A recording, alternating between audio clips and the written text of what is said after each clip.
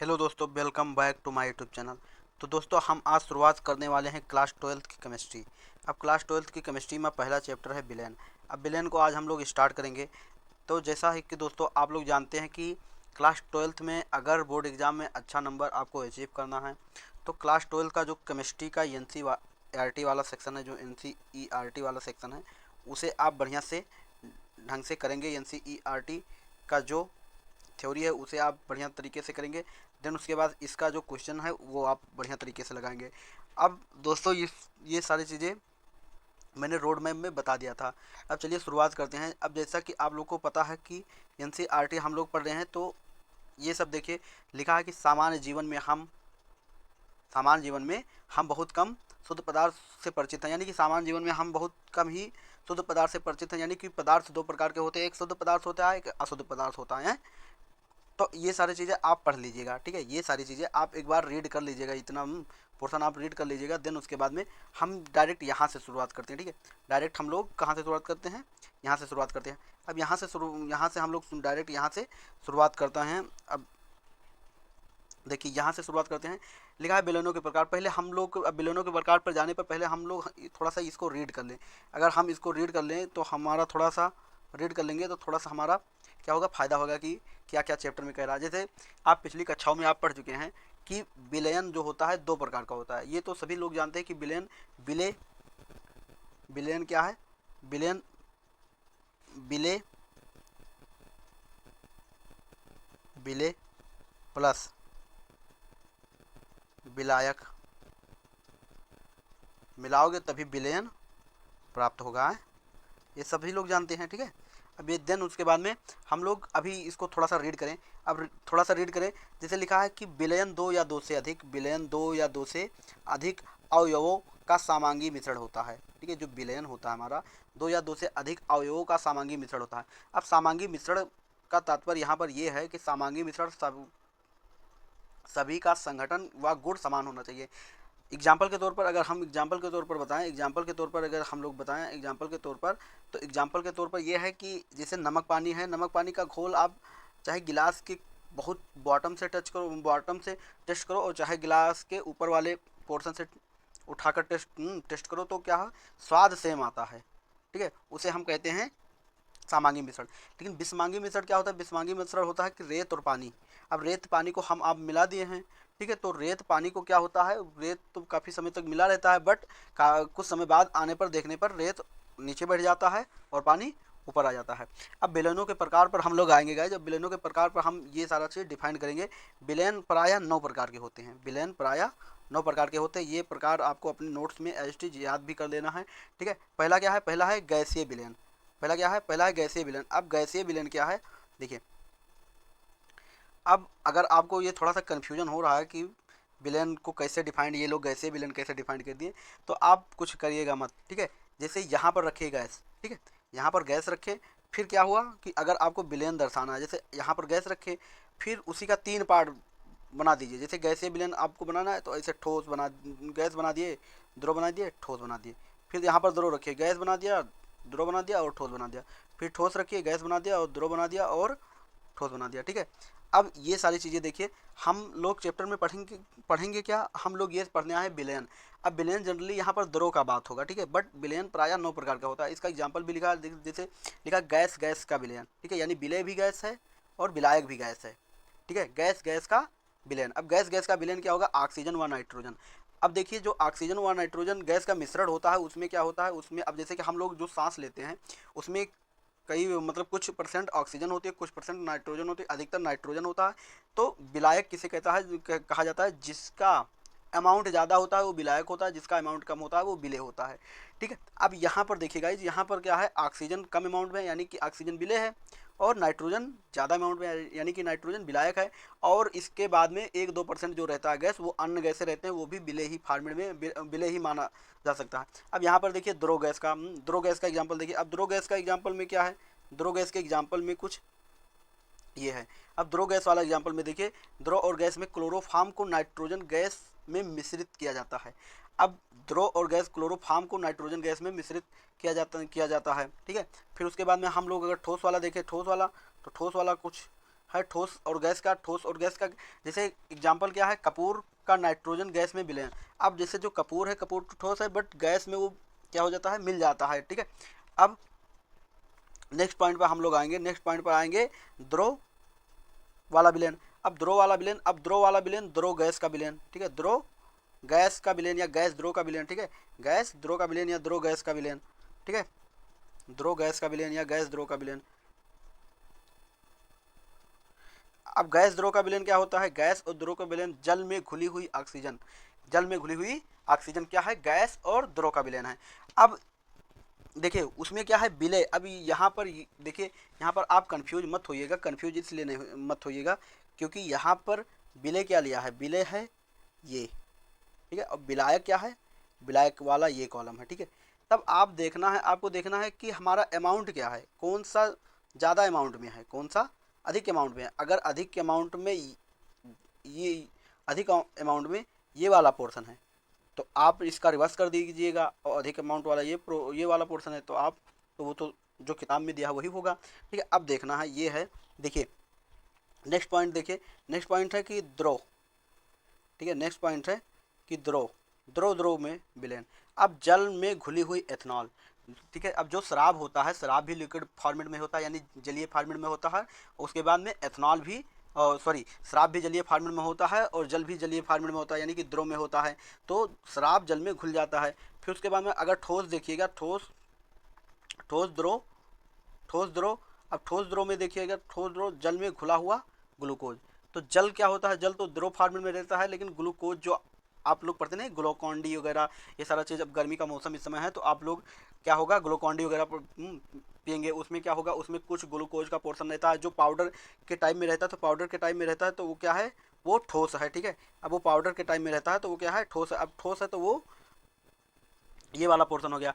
अब आ जाइए ठोस विलयन, ठीक है। अब ठोस विलयन में पहला है कि, ठोस विलयन में पहला है कि ठोस द्रव ठोस द्रव। अब हाइड्रोजन का प्लेडियम में विलयन। अब ये सारा चीज़ बहुत ज़्यादा आपको पढ़ना नहीं और ना ही एग्जाम में पूछा जाएगा, ठीक है। लेकिन अब एनसीईआरटी में दिया है तो एनसीईआरटी में हम थोड़ा रीड करेंगे, ठीक है। अब फिर उसके बाद में लिखा है द्रव ठोस में विलयन, ठीक है, द्रव ठोस में विलयन, ठीक है, पारे का सोडियम के साथ अमलगम, ठीक है। फिर उसके बाद में ठोस ठोस का विलयन। अब ठोस ठोस का विलयन तो आप लोग जनरली जैसे ये दो, जो ये दो है, ये दो आप इसलिए नहीं जानते हैं क्योंकि ये डेली लाइफ में यूज नहीं होता। ठोस ठोस का विलयन आप लोग जानते हैं कि सोने में मिलावट की जाती है। अगर जो सोनार होता है अपने यहाँ का, तो उसके यहाँ जब कोई चीज़ खरीदने जाते हैं तो वो प्योर गोल्ड थोड़ी देता है, वो सोने में जो मिलावट होती है वो तांबे का होता है और सारी चीज़ें का मिलावट होता है, ठीक है।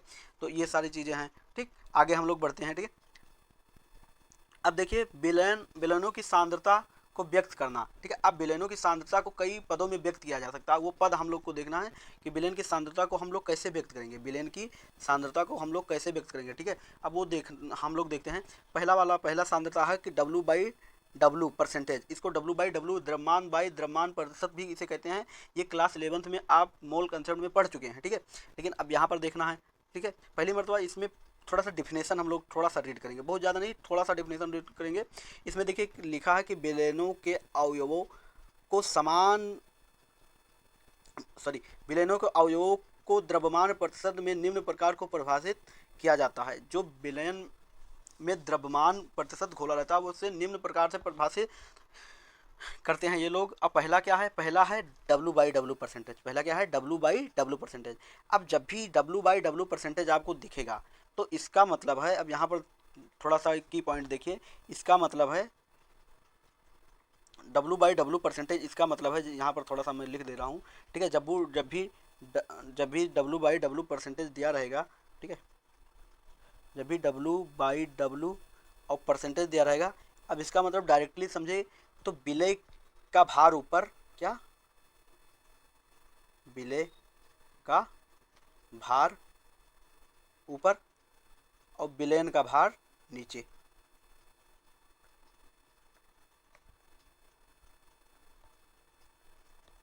विलयन का भार नीचे और गुणे हम लोग क्या करेंगे, गुणे 100 कर देंगे, ठीक है। तो वही फार्मूला यहाँ पर दिया है। अब यहाँ पर देखिए वही फार्मूला यहाँ पर दिया है। यहाँ पर क्या है देखिए, ठीक है। अब ये जो दिया है फार्मूला, इसमें देखिए, इसमें दिया है कि अवयव का द्रव्यमान प्रतिशत, यानी W/W प्रतिशत। क्या है कि विलयन में उपस्थित अवयव का द्रव्यमान, विलयन में जो उपस्थित अवयव का द्रव्यमान है, यानी अब इसको अगर शॉर्ट फॉर्म में कहे तो विलयन में उपस्थित अवयव का द्रव्यमान, यानी कि विलयन का द्रव्यमान। ठीक है, नीचे क्या है, विलयन का कुल द्रव्यमान, यानी विलयन का टोटल द्रव्यमान।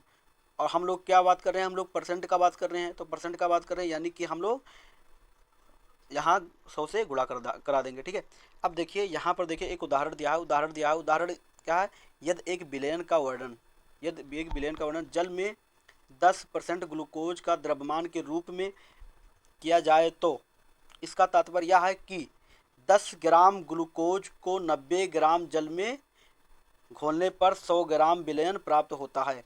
बहुत इंपॉर्टेंट लाइन है गाइस, ये बहुत इंपॉर्टेंट लाइन है, इसे आप हाईलाइट करेंगे और उसके बाद में अपने नोट्स में इसी वक्त डालेंगे। ठीक है, जब आप ये एनसीईआरटी की रीडिंग की वीडियो देख रहे हैं तो आप अपने पास में कुछ नोटबुक लेकर ज़रूर बैठिएगा, क्योंकि जो इम्पॉर्टेंट पॉइंट आता है उसे आप नोट्स में ज़रूर डालिए। ठीक है, ये इतना पॉइंट बहुत इंपॉर्टेंट है। ठीक है, अब देखिए ये इंपॉर्टेंट इसलिए हो जाता है जब भी आप न्यूमेरिकल सॉल्व करेंगे तो न्यूमेरिकल सॉल्व करते समय इसमें जो देखा जाएगा, न्यूमेरिकल सॉल्व करते समय इसमें क्या होगा,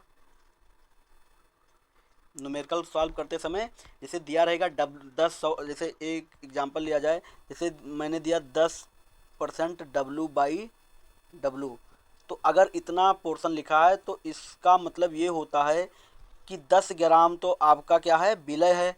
10 ग्राम क्या है आपका, विलय है। ठीक है, 10 ग्राम आपका विलय है और 90 ग्राम आपका क्या है, 90 ग्राम आपका है विलयन। ठीक है, विलयन नहीं सॉरी विलायक है। ठीक है, क्या है, विलायक। 90 ग्राम विलायक है। ठीक है, तभी टोटल 100 ग्राम विलयन मिला। ठीक है, ये चीज़ याद करके रखिएगा थोड़ा। ठीक है, हम लोग आगे थोड़ा बढ़ते हैं।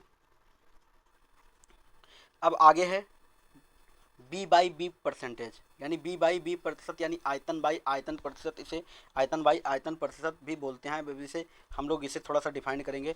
ठीक है, अब इसे डिफाइन करेंगे हम लोग। अब देखिए आयतन बाई आयतन प्रतिशत जो है, एक मिनट, आयतन बाई आयतन प्रतिशत में हम लोग थोड़ा सा देखेंगे। अब ये सब सारी चीज़ें थोड़ा फास्ट मोड में मैं इसलिए चल रहा हूँ क्योंकि आप क्लास 11th में ये सब सारी चीज़ें पढ़ चुके हैं। ठीक है, अब ये देखिए, इसका देखिए, ये देखिए आयतन बाई आयतन प्रतिशत। अब एक आता है आयतन बाई आयतन प्रतिशत को हम निम्न प्रकार से परिभाषित किया जाता है। अब निम्न प्रकार से जो परिभाषित किया जाता है वही, जब भी आपको B/B मिले। अब देखिए यहाँ पर एक शॉर्टकट है, अब यहाँ पर एक शॉर्टकट है, जब भी आपको B/B परसेंटेज मिलेगा। ठीक है, जब भी आपको B/B परसेंटेज मिलेगा तो इसका मतलब होता है विलय का। अब यहाँ पर आयतन है तो विलय का आयतन ऊपर, ठीक है, नीचे क्या है, विलयन का आयतन, विलयन का आयतन। और ये क्या है, ये परसेंटेज है तो गुणे 100 कर दीजिएगा। ठीक है, देन उसके बाद में अभी द्रव्यमान वगैरह वाला देखा तो विलय का द्रव्यमान ऊपर और विलयन का द्रव्यमान नीचे। ठीक है, अब यहाँ पर इंपॉर्टेंट पॉइंट ये है गाइस, इंपॉर्टेंट पॉइंट इतना ये है।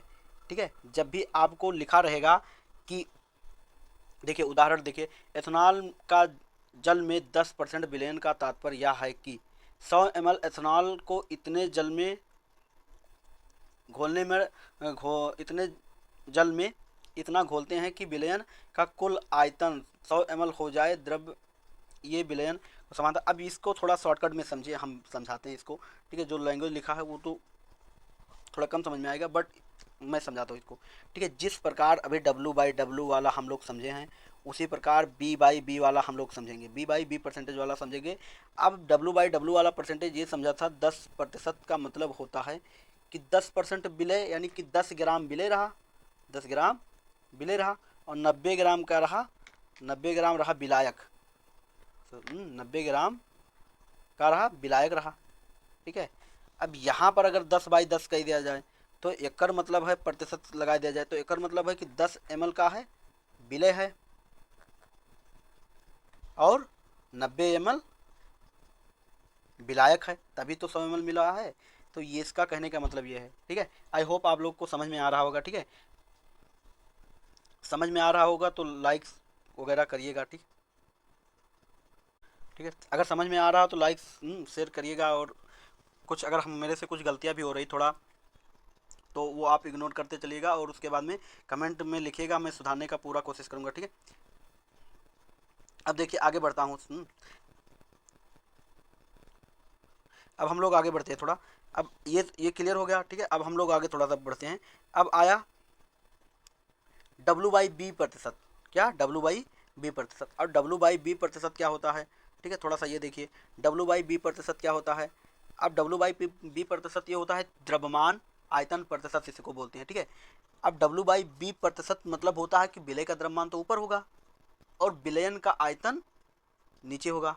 विलय का द्रव्यमान ऊपर होगा, विलयन का आयतन नीचे होगा। अब ये जनरली देखा जाता है किसमें, ये जब देखिए इसमें लिखा भी है, ठीक है। इसमें लिखा है कि एक अन्य इकाई मात्रक जो औषधियों व फार्मेसी में सामान्यतः उपयोग में आती है वह है 100 ml विलयन में घुले हुए विलय का द्रव्यमान।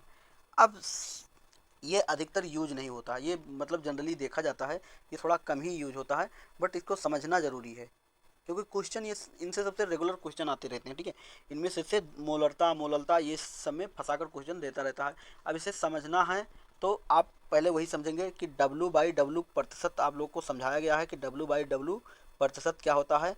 अब मान लीजिए अब देखो एग्जांपल ले रहा हूँ मैं कि 10% W/B है, ठीक। तो अब इसका मतलब होता है कि 10 ग्राम तो हमारा विलय है, 10 ग्राम हमारा विलय है, ठीक है। और उसके बाद में क्या है, 10 ग्राम विलय हमारा 90 ml विलायक में घुला है, ठीक है। 90 ml विलायक में घुला है, ठीक है। तो वो का हम लोग क्या कहते हैं, टोटल। अब देखिए इसका फार्मूला ये होता है, देखिए इसका मतलब तो यही होता है, बट अगर फार्मूला पर जाए तो फार्मूला कुछ ये होता है। फार्मूला क्या होता है? फार्मूला कुछ ये होता है, देखिए W/B। अब W/B प्रतिशत का फार्मूला अगर देखें तो विलय का द्रव्यमान ऊपर, विलय का द्रव्यमान जो है ऊपर होना चाहिए, द्रव्यमान ऊपर है, ठीक है, और विलयन का द्रव्यमान नीचे। विलयन का द्रव्यमान नहीं, सॉरी, क्या, आयतन, क्योंकि W/B हम लोग पढ़े हैं, क्या पढ़े हैं, W/B, तो विलयन का आयतन नीचे, ठीक है। यहाँ पर आयतन नीचे, और आयतन नीचे हो गया, तो उसके बाद में जब आयतन नीचे हो गया तो हम लोग, आयतन किस में रहेगा, अगर ये ग्राम में है तो ये ml में रहेगा, ये केजी में है तो ये लीटर में रहेगा। ये आप लोग समझ लीजिए, अगर ये ग्राम में है, मानो ये ग्राम में है, तो ये किस में रहेगा, ये ml में रहेगा, ठीक है। और ये 100 से मल्टीप्लाई कराना पड़ेगा, क्योंकि हम लोग क्या पढ़ रहे हैं, प्रतिशत पढ़ रहे हैं, ठीक है। आगे नेक्स्ट टॉपिक पर चलते हैं। नेक्स्ट टॉपिक है पार्ट्स पर क्या, मिलियन, ठीक है, पार्ट्स पर मिलियन। अब पार्ट्स पर मिलियन क्या होता है गाइज? पार्ट्स पर मिलियन होता है ppm, इसे बोलते हैं, ठीक है, पार्ट्स पर मिलियन, ठीक है। अब देखिए गाइज, इसमें पार्ट्स पर मिलियन होता है, सारा चीज़ वही है। पार्ट्स पर मिलियन में देखिए क्या है कि जब विलय की मात्रा अत्यंत सूक्ष्म हो तो सांद्रता को पार्ट्स पर मिलियन में प्रदर्शित करना उपयुक्त रहता है। जब विलय की मात्रा जो होता है वो अत्यंत सूक्ष्म होता है, जैसे जैसे आप लोग होता नहीं है, जैसे कि कभी कभी होता है इंजेक्शन वगैरह में, होता है इंजेक्शन वगैरह में बहुत छोटी, यानी कि 0.5 ml इंजेक्शन वगैरह लगाते हैं, तो उसमें क्या होता है, उसमें पार्ट ppm वगैरह में सब सारा चीज़ काउंट किया जाता है, क्योंकि जो विलय का मात्रा होता है वो बहुत ही माइन्यूट सा होता है, ठीक है। तो ये सारी चीज़ें वहाँ काम आती है। ये जनरली एग्जाम वगैरह में ये पूछा नहीं जाता, एग्जाम वगैरह में पूछा जाएगा तो आप कुछ करिएगा नहीं, सारा फार्मूला सेम रहेगा। बस जहाँ आप लोग 100 से मल्टीप्लाई कराते थे, वहाँ 10⁶ से आपको मल्टीप्लाई कराना है बस, उसके बाद में सारा चीज़ सही है, ठीक। फिर उसके बाद में थोड़ा सा यहाँ पर रेड करते हैं। प्रतिशत की भात ppm पार्ट्स पर मिलियन की सांद्रता को भी द्रव्यमान आयतन व द्रव्यमान आयतन में प्रदर्शित किया जा सकता है। 1 लीटर, यानी कि 1 लीटर में 1030 ग्राम होता है, ये याद कर लीजिए। समुद्री जल में 6×10⁻³ ग्राम ऑक्सीजन घुली होती है। इतनी कम सांद्रता को 5.8 ग्राम प्रति × 10⁻³ प्रति 10⁻6 ग्राम जल। अब इसको देखिए 5.8 ppm बोला गया, जैसे 5.8 ग्राम प्रति गुणे 10⁻6। अब जिसे कि 5.8 ग्राम है और उसको ppm में आपको कन्वर्ट करना है तो 10⁻6 से गुणा करा देंगे तो 5.8 ppm कहलाएगा, ठीक है। देन उसके बाद में देखिए पढ़े आगे हम लोग रीड करते हैं। से व्यक्त किया जा सकता है जल अथवा वायुमंडल को प्रदूषकों की सांद्रता को प्रायः किसमें माइक्रोग्राम एम एल इनवर्स में हम लोग मापते हैं अथवा पीपीएम में प्रदर्शित किया जाता है, ठीक है। अब यहाँ तक हो गया पीपीएम। एक आता है गाइज पीपीबी आता है, पार्ट्स पर बिलियन, ठीक है। वैसे ज़्यादा जनरली पार्ट्स पर मिलियन अगर पूछना होता है तो पार्ट्स पर मिलियन ही पूछते हैं। अब पीपीबी में क्या होता है, पार्ट्स पर बिलियन। अब पार्ट्स पर बिलियन 1 बिलियन में जितना रहता है वो 10 के पावर के जगह पे आप गुणा करा दीजिएगा, बस वही पार्ट्स पर बिलियन हो जाएगा, ठीक है। आगे हम लोग थोड़ा चलते हैं, ठीक। आगे आ जाता है मोल, ठीक है, मोल अंश, ठीक है। आगे आ जाता है हम लोग का मोल अंश। अब मोल अंश क्या होता है, ठीक है। मोल अंश को दूसरे भाषा में मोल प्रभाज भी बोलते हैं, कई बुकें मोल प्रभाज भी लिखती हैं, बट एनसीईआरटी में मोल अंश लिखा है और एनसीईआरटी एक्यूरेट है। मोल जब भी आपको क्वेश्चन पेपर में क्वेश्चन दिखाई देगा तो मोल अंश ही लिखा रहेगा, क्योंकि क्वेश्चन पेपर वाले एनसीईआरटी ही फॉलो करते हैं, ठीक है। अब ये देखिए मोल अंश क्या होता है, आप लोग मोल का फार्मूला जानते हैं। मोल बराबर होता है भार बटा अणुभार, ये तो जानते हैं। मोल बराबर भार बटा अणुभार होता है, ठीक है। अब मोल बराबर भार बटा अणुभार होता है, आगे हम लोग थोड़ा सा रीड करेंगे, ठीक है। रीड ये करेंगे, देखिए अब इसे जो मोल अंश है इसे कुछ यह इस प्रकार से हम लोग प्रदर्शित करते हैं। इसे बोलते हैं चाई, इंग्लिश में चाई बोलते हैं, हिंदी में उसे काई बोलते हैं, जैसे, ठीक है। अब इसे हम लोग थोड़ा सा रीड करते हैं, देखिए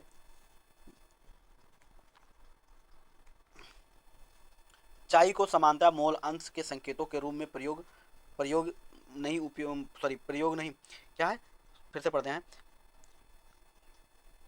चाई को समानता मोल अंश के संकेतों के रूप में उपयोग करते हैं और यक्स के दाईं और नीचे लिखी हुई संख्या को अवयव को प्रदर्शित करते हैं, जैसे यक्स ये लिखा है गाइज, यक्स ये लिखा है, ठीक है। अब यक्स ये का मतलब, इसका मतलब तो चाई हो गया, ठीक है।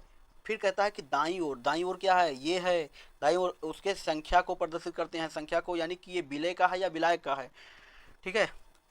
मोल अंश का फार्मूला दिया है, मोल अंश का फार्मूला होता है अवयव का मोल, ठीक है, अवयव का मोल अंश और फिर अवयव के मोलों की संख्या और सभी अवयवों के मोलों की संख्या, ठीक है। अब यहाँ पर मोल अंश का फार्मूला ये है। फिर उसके बाद में देखिए मोल, अब विलयन में दो, या देखिए विलयन जो बनता है वो दो अंगी विलयन कैसे बनता है, दो अंगी विलयन हमेशा दो चीज़ों से मिलकर बनता है। पहला क्या है, पहला है विलय, दूसरा है विलायक, ठीक है। तो जब भी आप लोग को मोल प्रभाज बोले या मोल अंश बोले निकालने को, तो आप लोग ये फार्मूला लगाएंगे। अब ये फार्मूला कैलकुलेट कैसे करेंगे, जैसे आपको बोले, अगर मान लीजिए एक उदाहरण दिया है, इसमें दिया है कि दो अंगे विलयन में ये व बी अवयवों के मोल क्रमशः यन ए या यन बी है, तो ये के मोल अंश बताइए। अब देखिए जिसका मोल अंश आपको बताना है, जिसका मोल अंश आपको बताना है, बताना है उसका मोल, जिसका मोल अंश बताना है उसका मोल ऊपर रखेंगे और टोटल मोल नीचे रखेंगे, आपको मोल अंश उसका मिल जाएगा।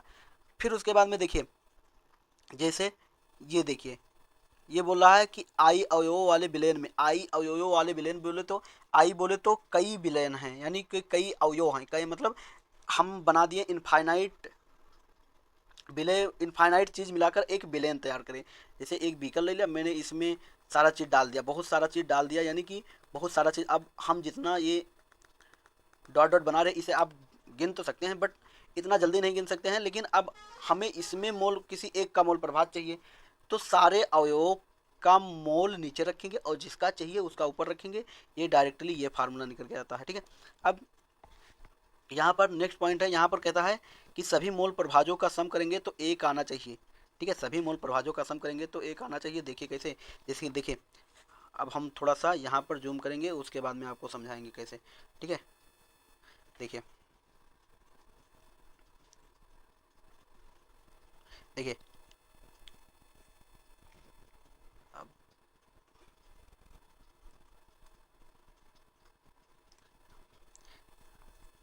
यक्स ए बराबर होता है n A plus N B, ठीक। यक्स बी होता, अब हम इससे तो यही बोलते हैं, यक्स ही बोलते हैं।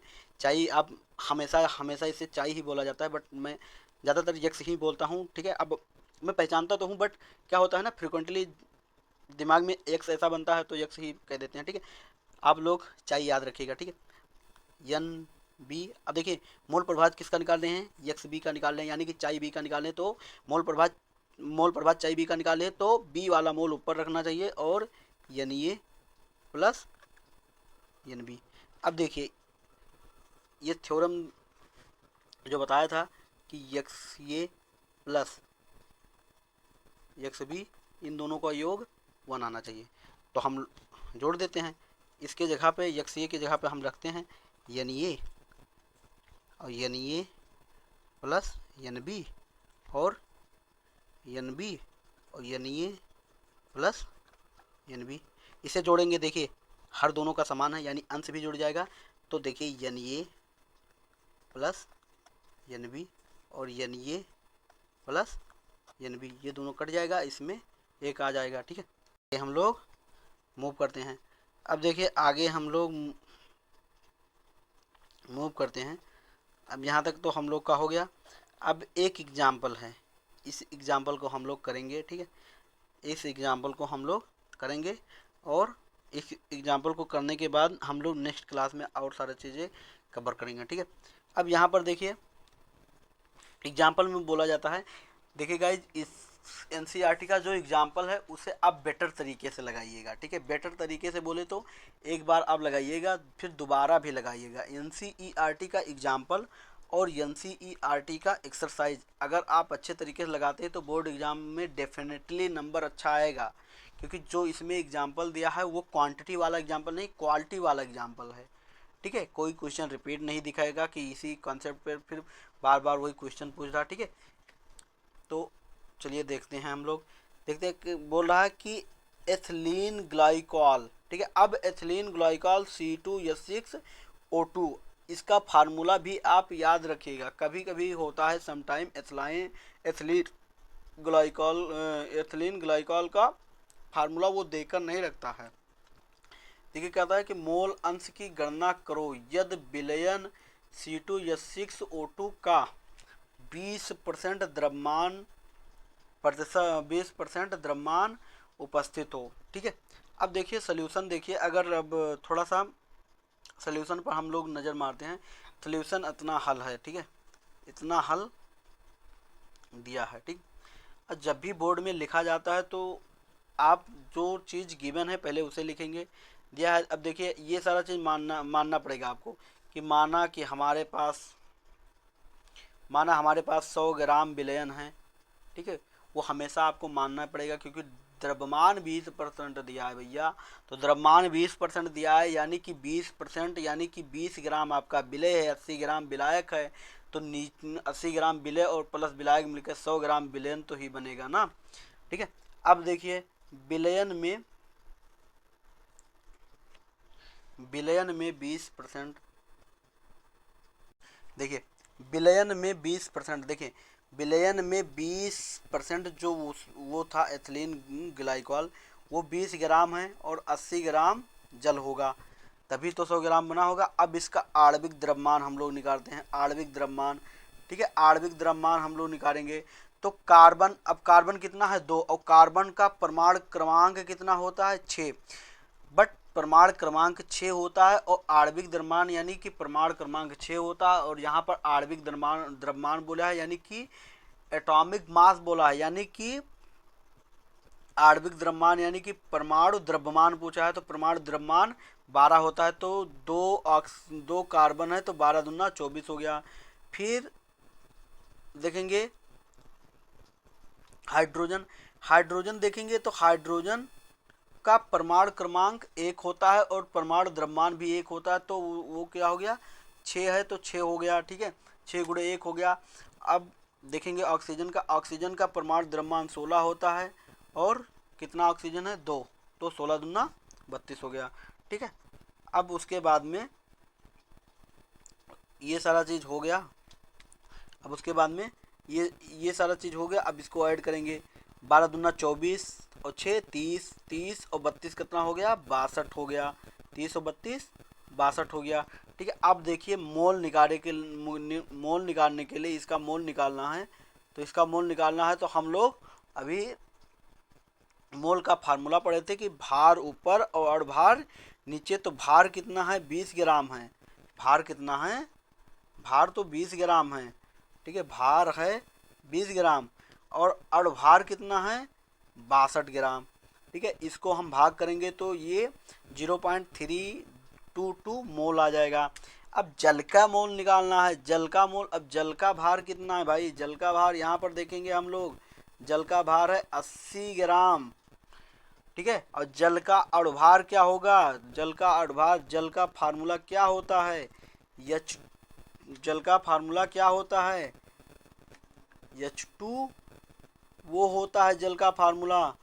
तो 2 हाइड्रोजन हो गया और 16 ऑक्सीजन, यानी टोटल 18 हो गया। तो 18 से हम भाग लगा देंगे तो हमारा ये निकल कर चला आएगा 4.4 मोल।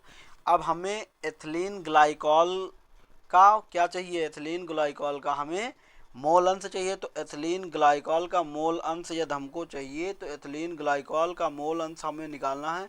तो एथिलीन ग्लाइकॉल का मोल अंश यानी मोल ऊपर और एथिलीन ग्लाइकॉल का मोल प्लस जल का मोल। एथिलीन ग्लाइकॉल का मोल ऊपर है, एथिलीन ग्लाइकॉल का मोल प्लस जल का मोल, ये दोनों जोड़कर हम लोग कैलकुलेट करेंगे तो 0.068 आएगा। इसी प्रकार हम लोग जल का क्या निकालेंगे, जल का मोल प्रभाज निकालेंगे या मोल अंश निकालेंगे। ठीक है, तो जल का मोल ऊपर और बटा टोटल मोल तो 0.92 आ जाएगा। ठीक है, अब जल के मोल अंश की गणना को निम्नलिखित प्रकार से भी की जा सकती है। जब भी आप लोग, अब देखिए एक निकल गया था, ठीक है, दूसरा निकालने के लिए आप एक माइनस 0.068 कर देते और जो आंसर आता वो आपका जल वाला आता। ठीक है, वो आपका कौन सा आता, जल वाला आता। ठीक, क्यों आता जल वाला, क्योंकि वो फार्मूला अब हम लोगों ने पढ़ा था ना, एथिलीन ग्लाइकॉल का मोल प्रभाज और जल के मोल प्रभाज को जोड़ेंगे तो सम कितना आएगा, 1 आएगा। ठीक है, तो दोस्तों आज हम यहीं पर ये लेक्चर ख़त्म कर रहे हैं। ठीक है, आगे से मोलरता और मोललता ये सारा चीज़ें पढ़ेंगे। आगे जो न्यूमेरिकल आएगा वो हम लोग सॉल्व करेंगे। ठीक है, देखेंगे अब से बेटर। ठीक है, अब थोड़ा हमारे पास पेन टेप पर पढ़ा रहा हूँ बट हमारे पास एक जुगाड़ू पेन मैंने बनाया हूँ, वो अच्छे तरीके से चल नहीं रहा है। तो हम चाहेंगे कि पेन ऑर्डर कर दें, थोड़ा जल्दी आ जाए तो फिर पढ़ाना अच्छे से पढ़ाया जा सकता है। ठीक है, तो आप लोग थोड़ा सपोर्ट करिएगा। ठीक है, और कुछ डाउट आता है तो कमेंट करिएगा। ठीक है, और एनसीईआरटी तो हम बोले कि एनसीईआरटी आपका क्या है, अमृत है, जान लो एनसीईआरटी अमृत है। अगर आप एनसीईआरटी बढ़िया तरीके से बढ़िया अच्छे तरीके से आप पढ़ते हैं, इसका एग्जाम्पल लगाते हैं तो डेफिनेटली नंबर आएगा। ठीक है, ऐसा नहीं है कि नंबर नहीं आएगा। ठीक है, चलिए तो मिलते हैं नेक्स्ट वीडियो में। ठीक है, तब तक के लिए ओके बाय।